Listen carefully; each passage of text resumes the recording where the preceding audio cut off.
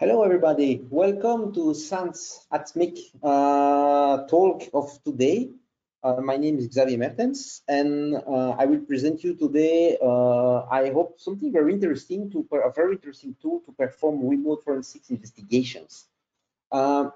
First, very important remark. I'm based in Belgium, and for a few days we have very hot weather.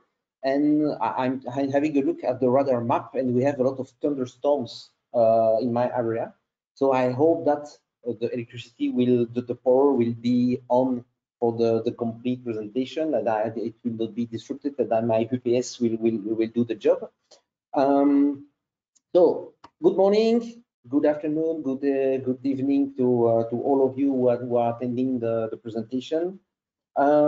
The idea behind this talk, it's not the first time that I present this for SANS and other conferences.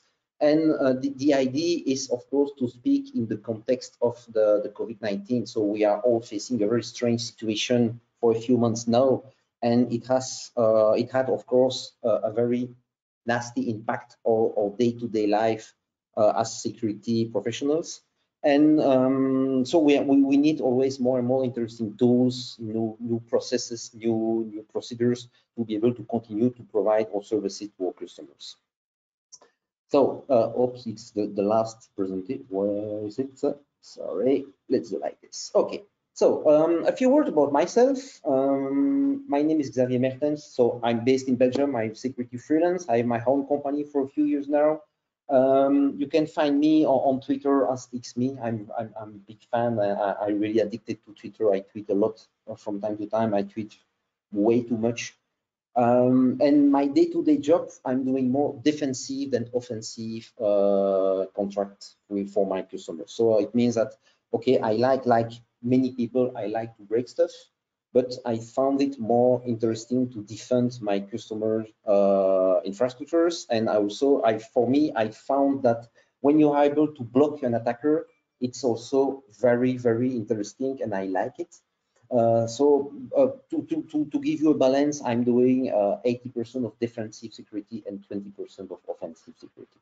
I'm also a SANS Internet Storm Center handler.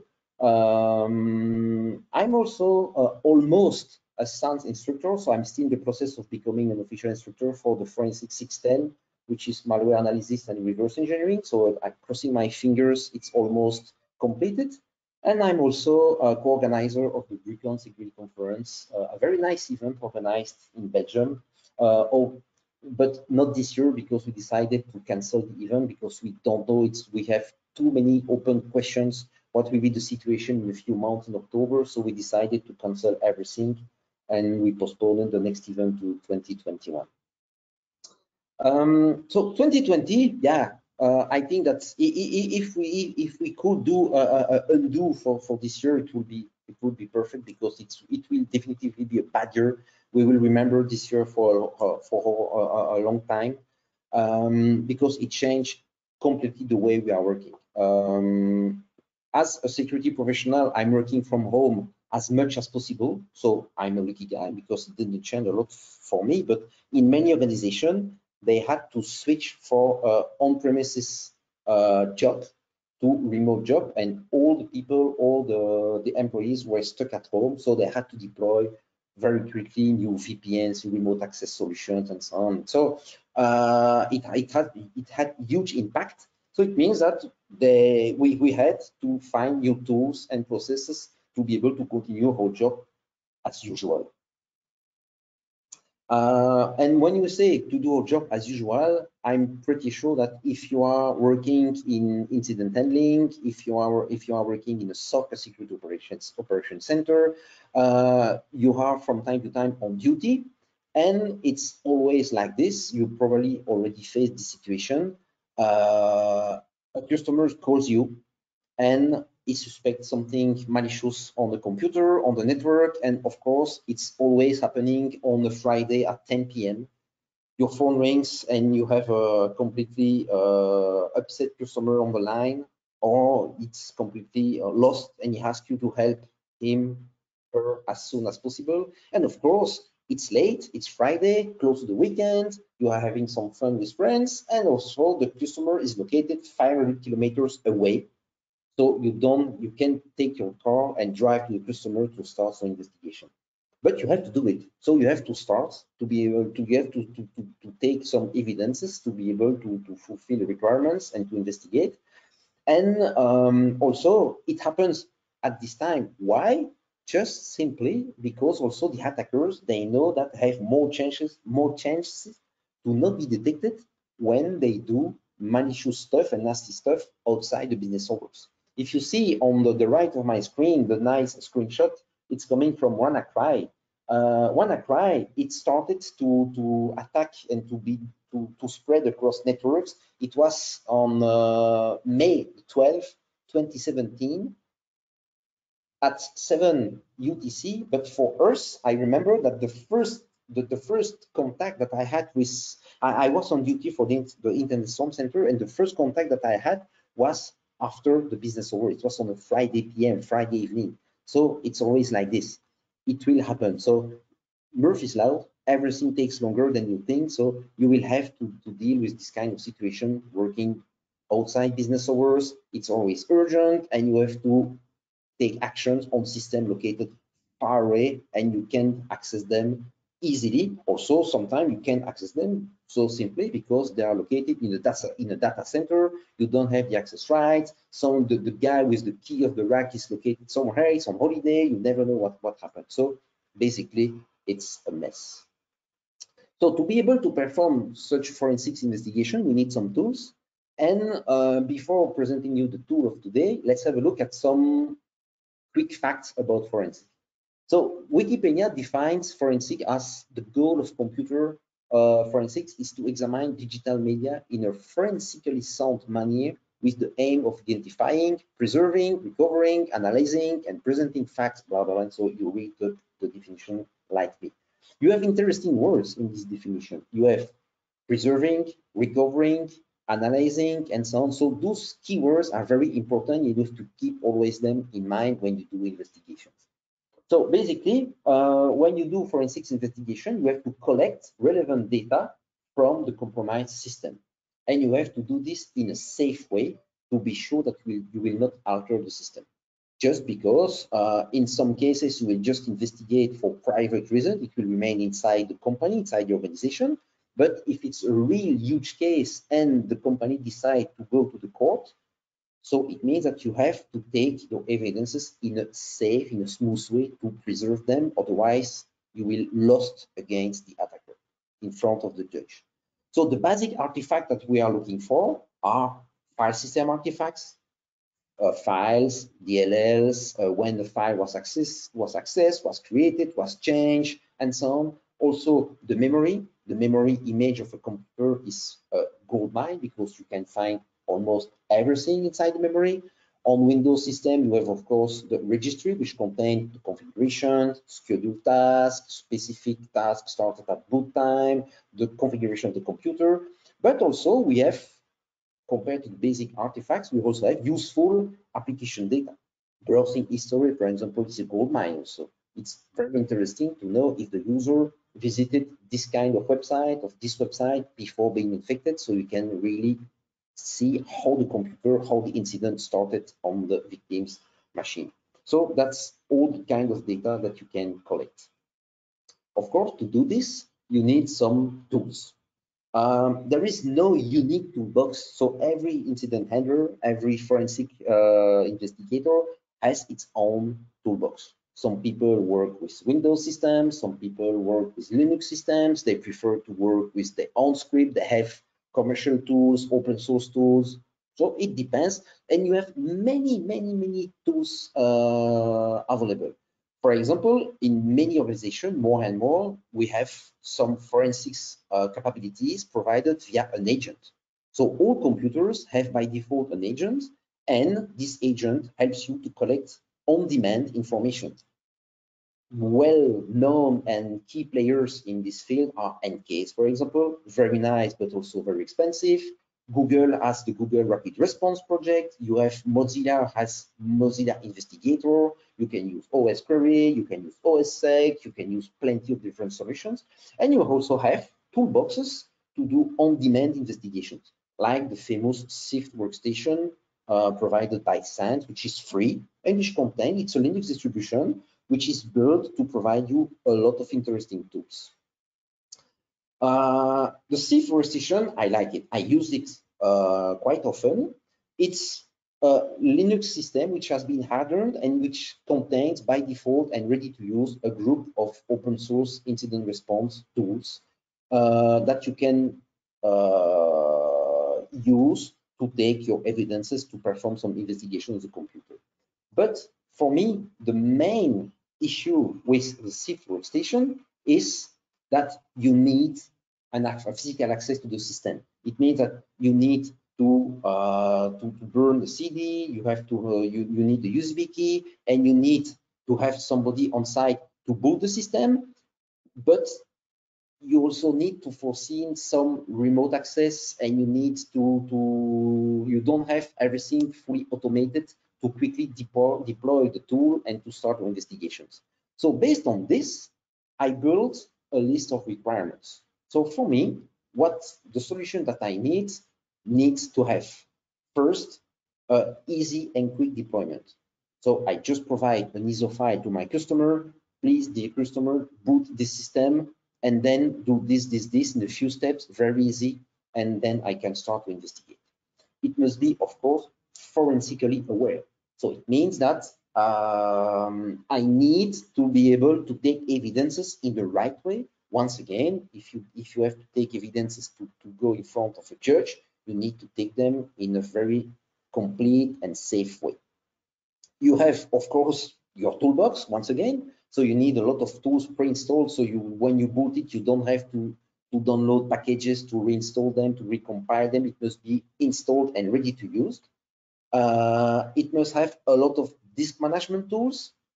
By disk management, I mean that you should be able to boot any kind of operating system or any kind of file system, sorry. So it can be a Mac OS file system, a Windows, a Linux file system, and so on. You must be able to play with the partitions and to be able to mount them, to access them, to extract artifacts.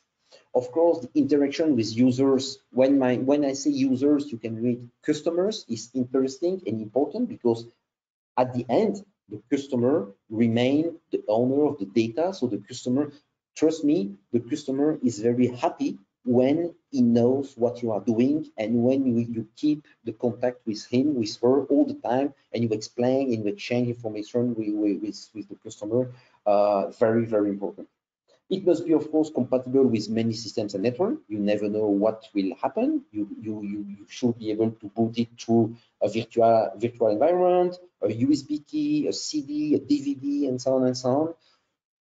Once again, like the interaction, the customer keep control, very important, and a low bandwidth usage, because the goal of the tool that I will present to you is, of course, to work remotely. So you never know what kind of connectivity you have.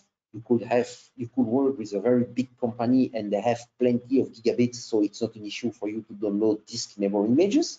But in some cases, maybe the system will be located behind a residential ADSL line. So you will have to take care of your bandwidth and to restrict as much as possible the bandwidth usage to be able to work in a nice and smooth way. So the idea is to process the data remotely as much as possible.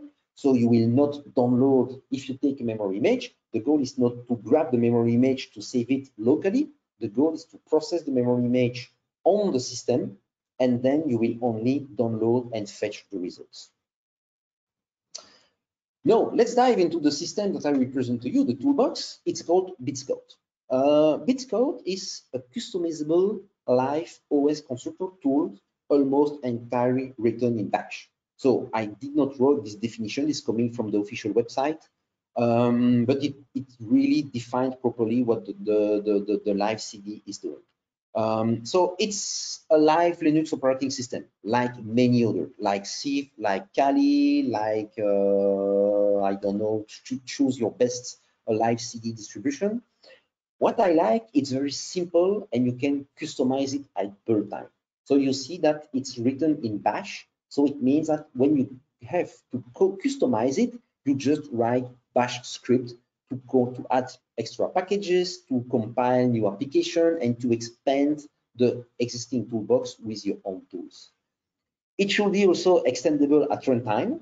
So what does it mean? When you booted the system, maybe from time to time you will face a tool and you need this tool generate a database and you don't have the native tool to check this database. So we'll have to download an extra piece of Python script, Perl script, a package to be able to access this data. So you must be able to extend the system at runtime. It has, of course, a minimal system requirement. So keep the image as small as possible, and you do not need a lot of bandwidth, a lot of memory, CPU, and so on. Low bandwidth, and of course a VPN, because we need to encrypt everything today. It must have unprivileged isolated access. We will come back to this in a few minutes. So it means that even if you are the incident handler and you have to work on the system, you don't have access to everybody, to everything, and to all the systems. So it means that the customer will just delegate you a specific access to be able to do your job, no more, no less. And this is based on two different roles, which are called the expert and the owner.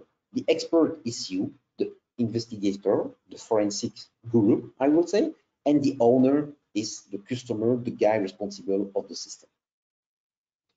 So the key points, you see that we have different layers to access the data. So on the right of the slide, you see the different layers. So basically, this is all the different technologies and procedure that we will use to access the data. So basically, we start with a live CD. The live CD has classic an overlay file system. Then we have a bind file system. Then we have a root file system, which is based on containers. So it means that the expert is root only in the Docker and is not root on the live CD. So it means that when a customer deploys the solution and boot the live CD for you remotely, it will give you, you will have access to the Docker. It will provide you access to the evidences, only the evidences, nothing else. Of course, it can expand the access, and because sometimes it could be interesting to have access to another system in the LAN, for example, to store a lot of data, so to have access to some SMB, NFS shares. But by default, you are restricted in your own environment and you can break everything. Why? Because we are dealing with evidences. And when we have evidences at file system level, we can also execute the system, the infected computer inside a QEMU. So we can virtualize everything and we can run without affecting the file system. We can run the system and see how it behaves, because sometimes the malware requires the system to be online if you need to investigate a malware attack, or you must be able to install an extra tool which is based on Windows, for example, and run this tool to extract useful information. So we have multiple layers. Remember that we access only authorized resources, and the goal of this, of course, is once again to prevent loss of evidences. So the architecture behind Bits Code is like this one. I try to make it simple. You have the expert on the top, so it's me, it's you, security professionals, and you are working at home, at the airport, in your hotel, at another customer, and so on. You are working from anywhere, and you have you are connected on the internet, and through a VPN, you have access to the Bits Code system, which has been booted by the owner. So the owner basically is the guy who is responsible of the system, and the guy has all the knowledge and has all the rights, the access right to boot the live CD. What does it mean? It has a physical access to the computer to insert a live CD, to boot the computer on a USB stick, or it has also the rights to connect on a virtual infrastructure and to upload the ISO file and to create a temporary virtual machine, boot the ISO file, and attach some disks. So that's the owner. And you see that there is a chat between the expert and the owner, because we can also chat together. Of course, you can remain on the phone, so you can keep contact, you can have phone calls from time to time, but Bitscode has a chat system integrated into the live CD, which helps you to exchange messages between the owner and the expert, which could be interesting because the owner, for example, could copy paste a password to give you access to the computer, and everything occurs, of course, through the VPN, so it's safe and you don't have to exchange password, to exchange sensitive information via email, via phone call and stuff like this. And basically, when the system is booted, you see, I did some kind of zoom. This is the console that the owner has. So once the live CD is booted, this is the interface that the owner has, and based on this, it can define and it can grant you access only to the resources mandatory to perform the investigation. I will come back to the menu in a few minutes. So basically, that's the architecture. Regarding the configuration and customization, of course, Bitscode comes with a configuration out of the box, but it will not work like this. You have to prepare your own ISO, your own flavor of Bitscode. Why? First, the most important, because it uses OpenVPN to phone home your VPN server.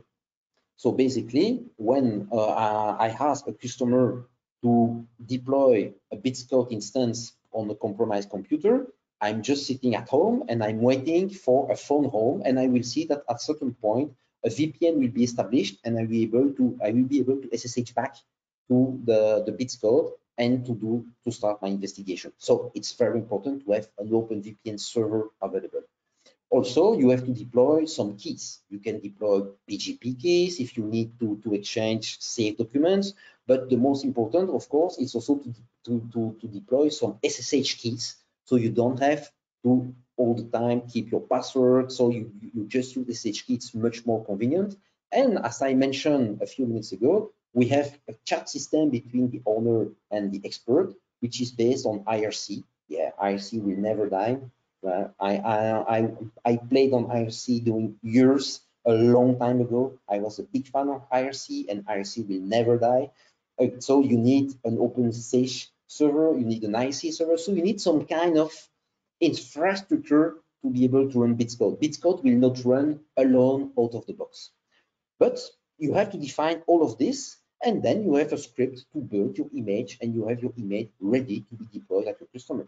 So when a customer calls me, I have my own safe and private Bitscode image that I provided to it, and automatically Bitscode will phone home, will connect to a specific VPN server. I'll be notified in real time, and I know that the system is available, and I can start my investigations. You can also configure it, and most important, customize it. For example, you can create, you see on the screenshot that you have a lot of predefined shell script. For example, you have change root, you have create container, you have image build, you have install user choice, you have install forensic. And for example, install forensic extra.sh is my own script that I wrote, which installed extra forensics tool that I not present by default, but the tool that I like, the tool that I'm using all the time. So that's my private toolbox. It's just a bash script. So the bash script does everything that it's automated. It downloads packages, it downloads source file, it does some git clone, compile everything, prepare everything, pre-configure everything. And then you just do an automate.sh and you will regenerate an ISO image, which will be your own image, which will be ready to be used by your own infrastructure. And then you just make your ISO image available to download for your customers. So easy. When you boot when you need to start to use Bitscode, first you burn a CD, you generate a USB stick, you just add it to a VMware data store, you boot a VM. For example, you can create a temporary VM, you assign the suspicious VMDK to this VM, you assign the ISO file, you boot it, and the system will start automatically. Of course, the system needs some internet access, at least DNS and UDP 1194. 1194 is the UDP, that's the port used by default by OpenVPN. So it means that you also need to write some kind of documentation. So when I distribute the image to a customer, I just give to my customers some tips and tricks. So do this, do this, do this, but I also provide the documentation where I explain how to boot the machine or the ISO file, what are the required internet access, because otherwise it will not work so simply. So, but booting is very easy. And the network setup. So Bitscode is able to connect to almost any kind of network. Of course, it needs network connectivity, because remember that it will open a VPN session back to phone home to the expert. Then the expert will SSH to the Bitscode system. But of course, it needs to be connected on a network. And of course, by default, it tries to boot via DHCP. If DHCP is not available, the owner of the system can change the network configuration. You see on the screenshot that it's possible to set a static IP. You can specify a SOX proxy. You can specify an HTTP proxy. You can configure a syslog server and so on, but also Wi-Fi. So it means that if the system is a laptop, the laptop is located in the middle of the office and you need to boot Bitscode on it, no problem. Bitscode will just use the Wi-Fi, the office Wi-Fi, and it will use WPA, WebKey, Open Wi-Fi, anything. But the goal is to be really open to any kind of network. So it will be able to phone home to open the VPN session and start and to be available to start the investigation. So the network setup is very, very convenient. I will show you all the menu in a few minutes. So that's the first demo. So now I will show you demos from time to time, so you will see how it works basically.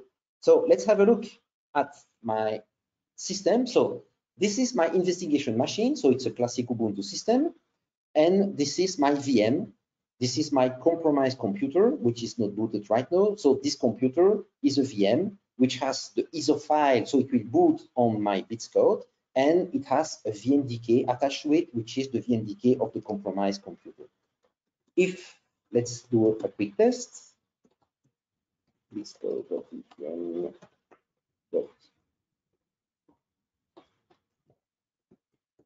You see that the system is not reachable. I will just boot my system. Okay, so Bitscode will start automatically. It's like any classic live CD distribution.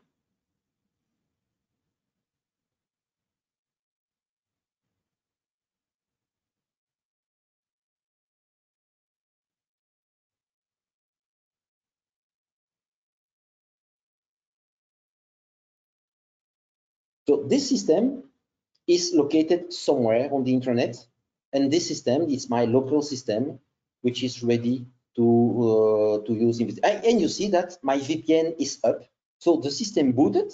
So in this case, we have a simple DHCP. So Bitscode was able to grab an IP address, DNS servers, default gateway, and so on through DHCP. So it has an internet connectivity. And though it started the VPN session, and the system is up and running.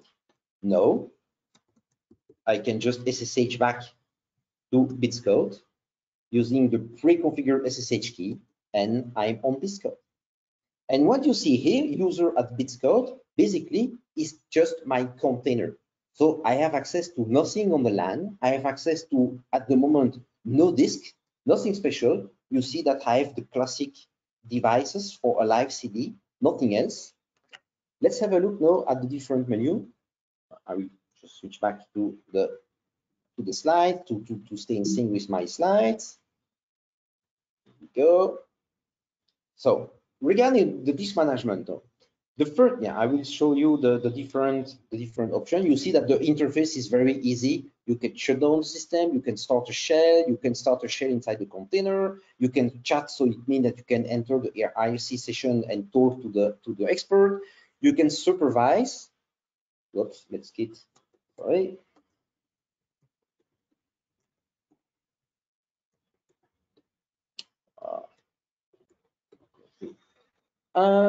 You can supervise. You can have also a status of the system. So you can see the different IP addresses, the routing table. You can see the memory status. So it's something which is interesting for the owner to keep an eye on the system. You can also have, you see all the networks, so you can configure syslog, a SOX proxy, HTTP proxy. You can configure static IP.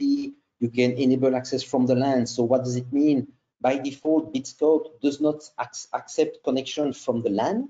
But you can say, for example, if you are working in an organization and you deploy Bitscode on a big LAN, for example, you ask a colleague to deploy Bitscode on the second floor on a computer located on the second floor, you are located on the fifth floor. You can access it through the LAN, of course.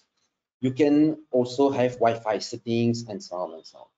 The most important menu is the disk mapping. So I will switch back to my slides, and I will just explain you how it works. So basically, by default, Bitscode will list you all the file systems and all the disks found in this case, the virtual machine or the physical computer. So in this case, we have just a SDA, which contains SDA1, SDA2, 2 partitions, and TFS. So the system that I will use for the demo is a very old Windows 7 host. So basically, we have a /dev/SDA, and the idea, of course, is to do a mapping of the complete disk or a specific partition to an evidence mount point. So the evidence mount point will be /dev/host/evidence 0, 1, 2, 3, 4, and so on and so on and so on. You can mount them in read-only, you can mount them in read-write, and you will see that once the owner of the system created the mapping, the disk will become automatically available in the container, and the expert will be able to perform the investigations. So let's have a look at the disk now. So this is you see that here in this case, I have absolutely no SDA. I have no file system. I have disk. I have nothing. So I need to switch this. And what I will do a map. And the first exercise I will do, I will map the entire disk, so SDA. And I will map it. You see that you have plenty of mount point available. You can mount in read-only or in read-write. Of course, we are doing investigations, so let's do it in read-only. Successfully mapped. And if you go to view, you have now an existing mapping. You have /dev/SDA, which is mapped to evidence 0. Now, if I do dev host evidence 0, I have my 2 file systems, if you prefer like this, evidence 0. I have my 2 partitions, but you can also mount another one. So let's mount a specific file system. So so basically the second one is the most important. So the one is the boot partition. This one is really the file system of the compromised computer. So let's map it. So I will map SDA2, and I will map in this case to evidence 1. Evidence 0 disappear because it's already used. And now I have, oops, sorry, cancel view. I have now 2 mappings. SDA mapped to evidence 0 and SDA2 mapped to evidence 1. So let's have a look. mkd/victim. And of course, sudo is better, like this. mkd/victim. And now I can mount my file system.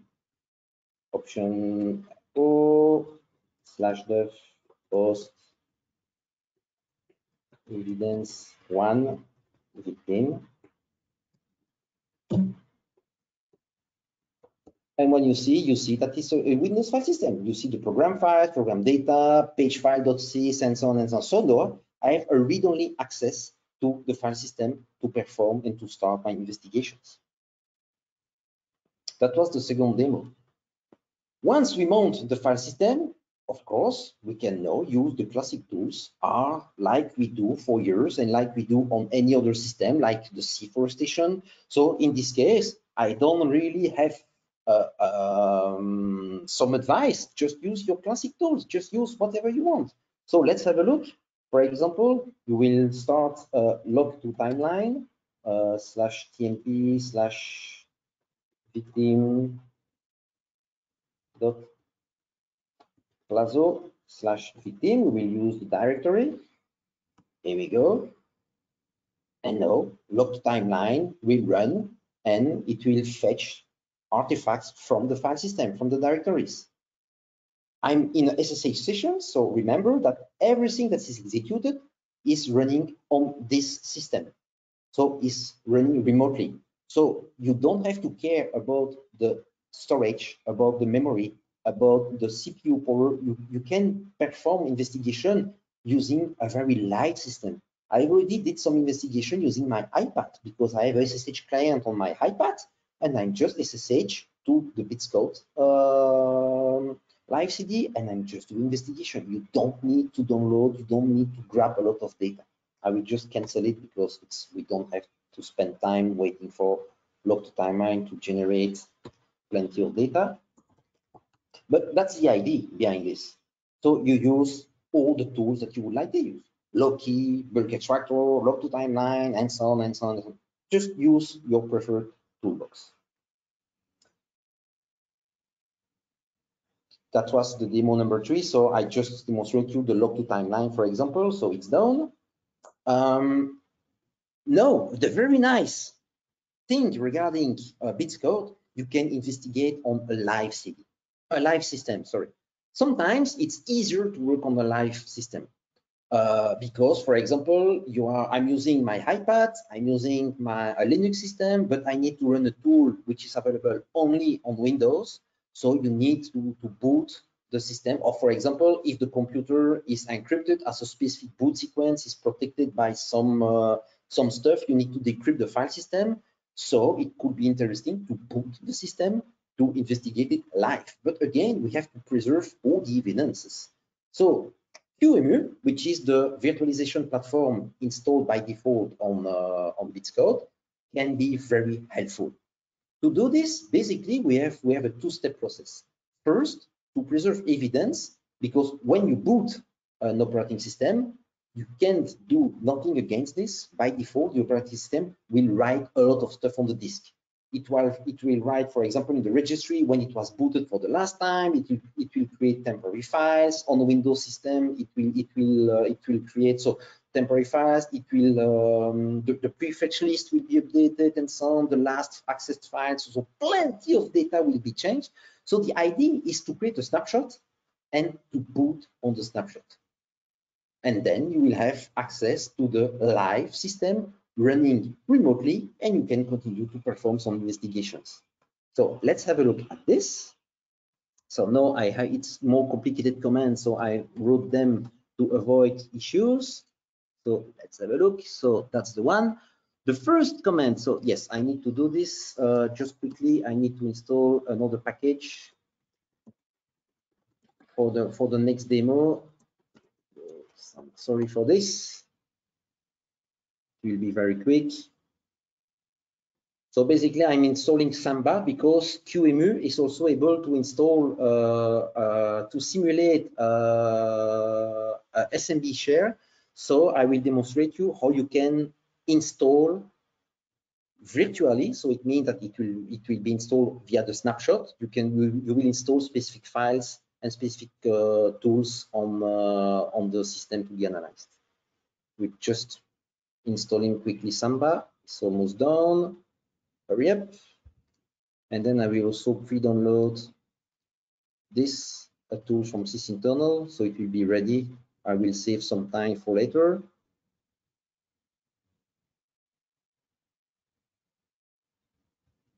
Here we go.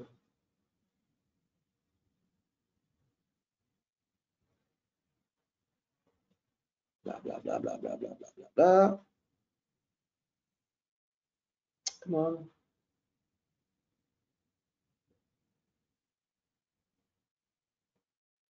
There we go. I will create my share /SMB, CD /SMB, and I will prepare also a specific I will download Process Explorer from sysinternals. Okay, here we go. So the first thing that I will do is I will create my snapshot. So in the root directory,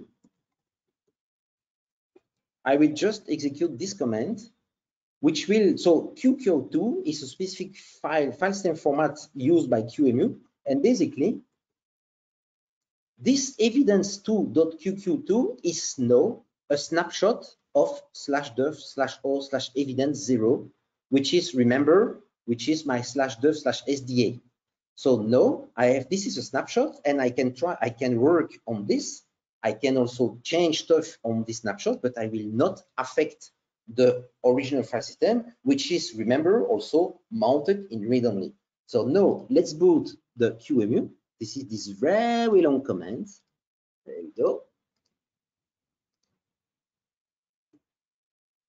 Here we go. And then I will show you immediately. Oh, it works. There we go. So I booted my system, and now I started a VNC client, and you see that my VM is booting. But you see I'm connected on 127.0.0.1 because I'm doing SSH port forwarding. You remember that I started my SSH session like this. Where is it? Lasso, scroll up, scroll up, scroll up, scroll up, again. Look to timeline. I hope that I still have the comments in my history.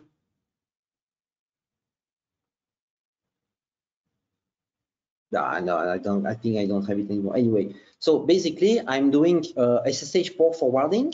So the system that you see here, it's slow because it's running on a live CD, but it's booting the Windows system, which is compromised, via the snapshot without changing any bits on the original file system. I will just create a new tab, and I will still have SSH. I will show you SSH my SSH cert user at bits. Of course, you can create more SSH sessions to bits code,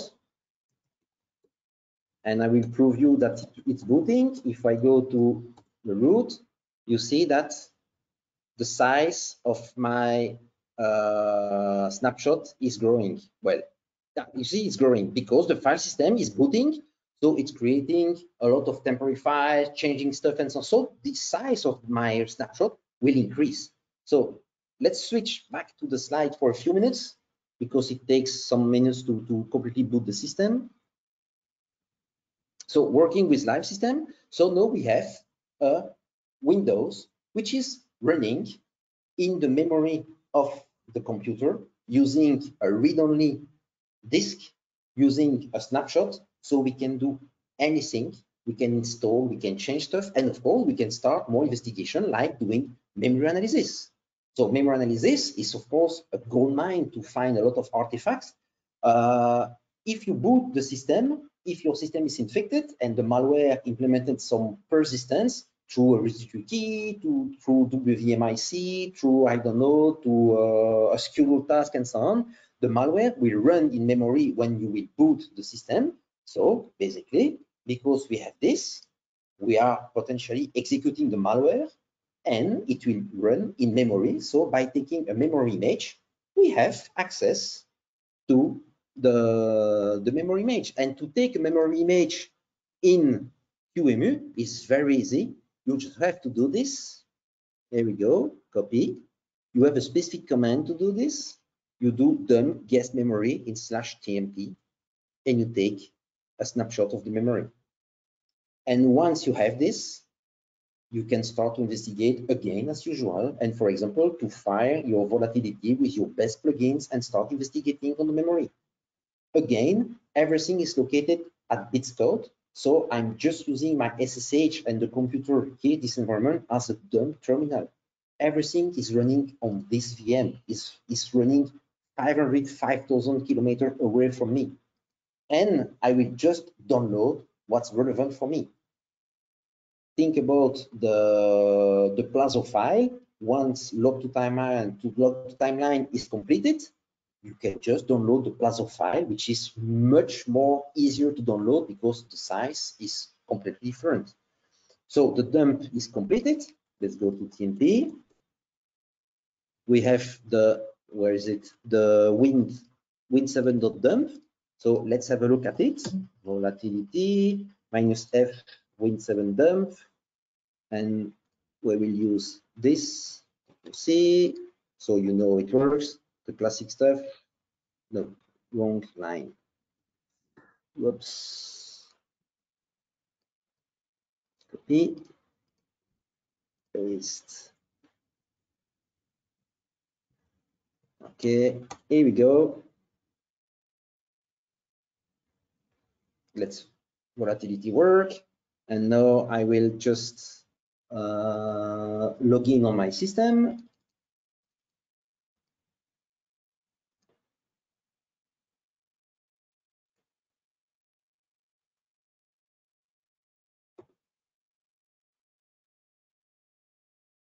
I'm not sure the disk mapping, so maybe I will have to use the virtual keyboard because I'm not sure that it will work.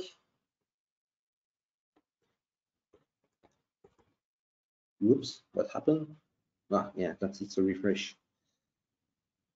So you see, volatility finished, successfully completed, and I have the list of all my processes running on my system. Everything was running remotely. I have no data on my system at the moment. No, let's try to boot. Oh, no, it's not the right one. So I will have to use the virtual keyboard. I don't know why. From time to time there is a problem with the key mapping, as usual with VNC and so on.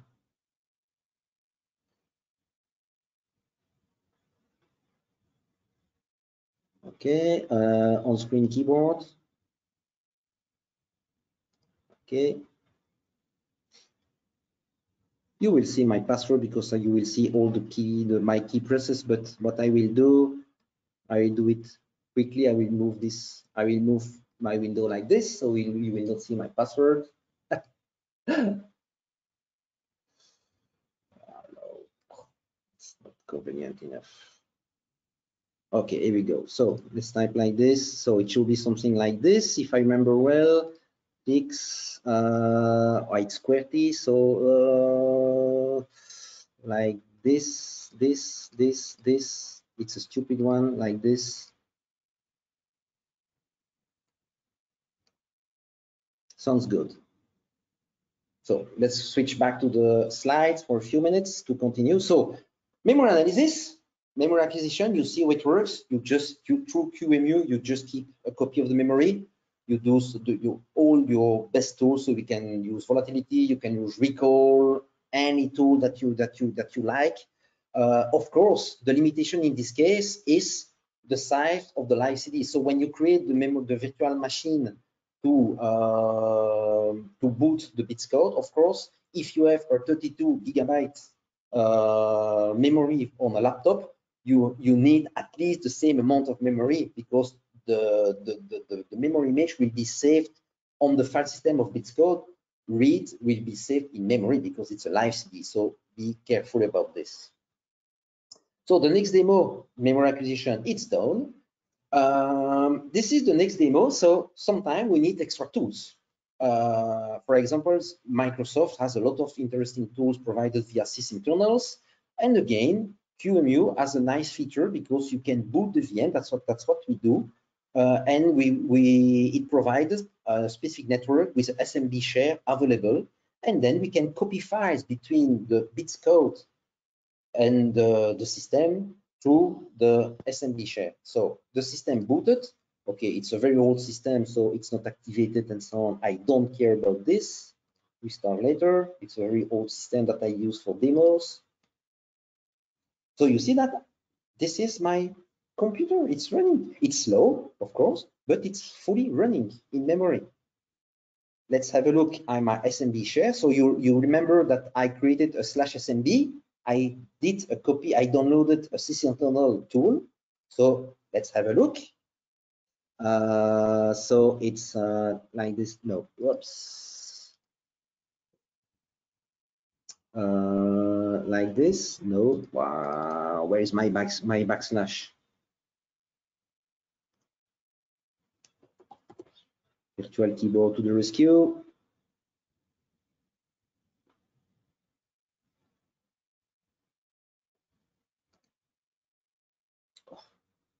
Yes, sure. I need to assign a new, because the system. Remember that why do I have this? Because the system booted, but the system detected that there is a new network provided by QEMU. So by default, you have the classic pop-up dialog box, which asks you which kind of network you have. So in this case, it's a home network. I don't care. Is it like this? No. I need to use the virtual keyboard because otherwise it will mess up.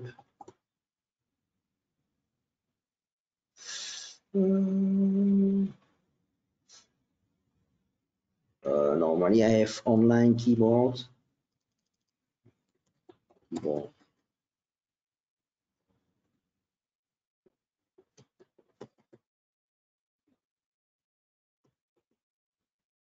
On-screen keyboard. Here we go. I just need to have a backslash.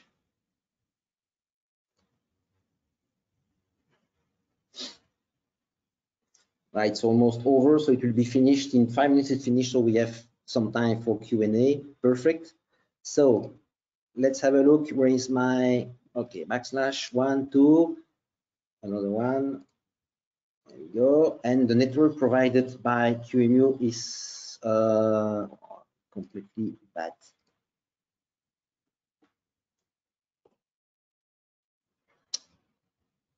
I hate keyboards.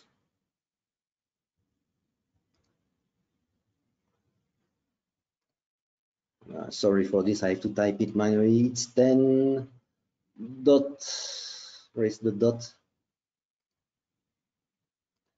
Dot 0 dot 2 dot, oops, backspace. Sorry for this. Dot 2 dot 4. There we go.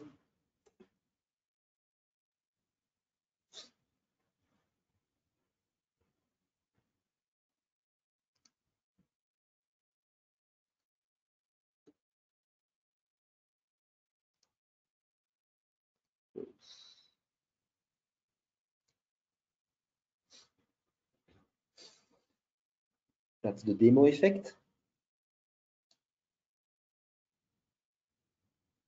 Here we go, QEMU share, double click, and you see I have my process explorer that I just downloaded via my wget a few minutes ago, and you can use it as usual. You can click on it, you can expand it, you can run it, and so on and so on and so on.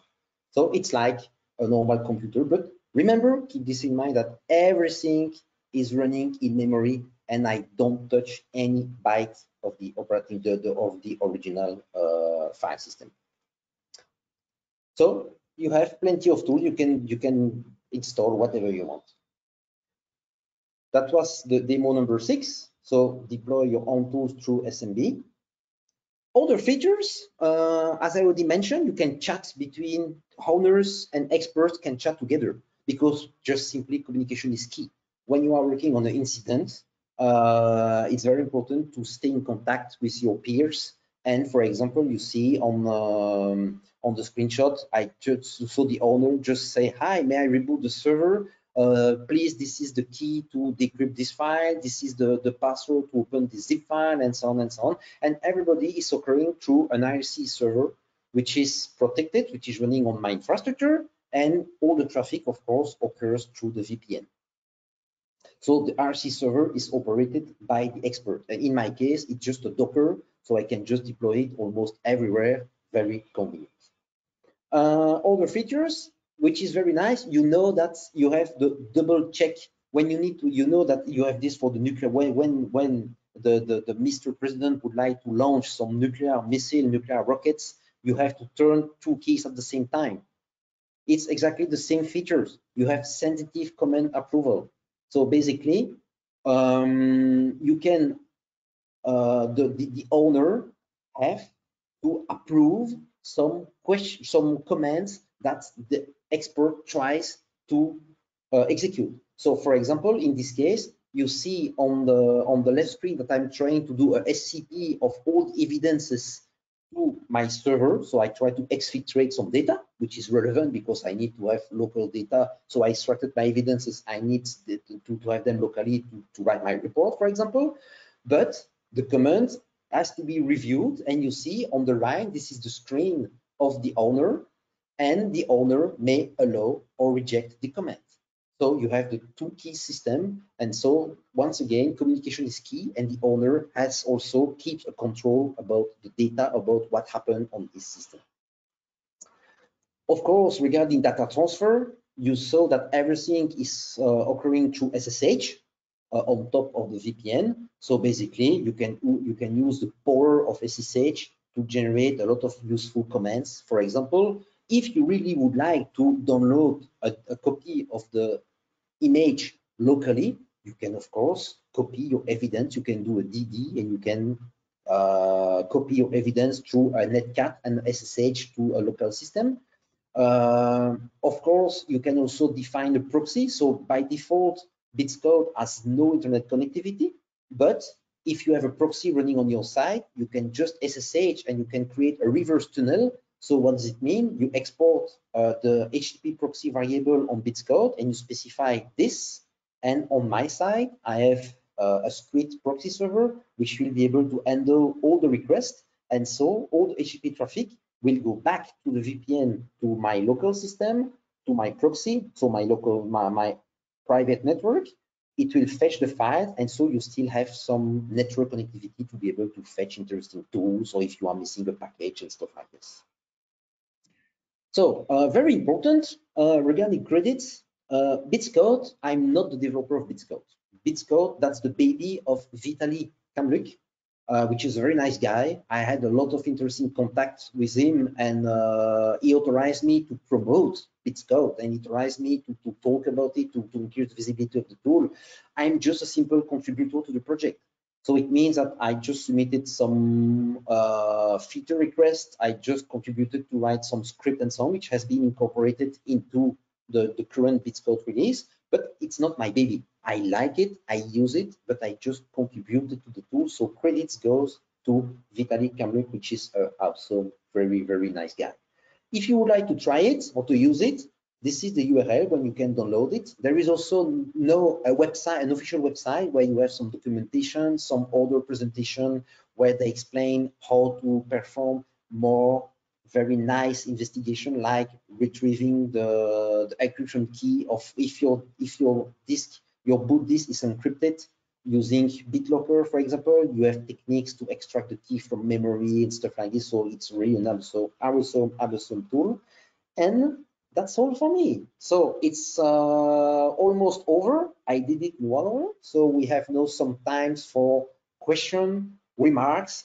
I will briefly review them on in GoToMeeting, and I will answer them. So what are the questions? First, let's look in the chat. No question. And question, there is no question at the moment, which is, I know it's good and bad at the same time. I like questions, so please don't be shy and shoot your questions. I hope that you enjoyed the presentation. It was really a brief run because it's you see that I hope that you understood that the tool has plenty of features, plenty of options, and it can really do a nice job. I already used it in real investigations, so simply it works. So for me, it's over. Let's wait. Maybe I will give you a few extra minutes, and then we can wrap up. Slides will be available, so I will provide it to SANS, and you will be able to. I think it was also recorded, so we'll be able to review and to re-listen again the presentation. And of course, if you have some questions after the presentation, or if you have a crazy idea, you have something special, do not hesitate and come back to me. I'm really available through the Internet Storm Center, email addresses on Twitter, and so on and so on. So I'm quite easy to reach on the internet. So no question. 1 time, 2 time. So I hope it was clear for everybody. And yeah, we can wrap up now. So I hope you enjoyed this hour. Try it, use it, and you will see that it's really a crazy tool to perform remote investigation. Thank you very much and talk to you later. Bye-bye.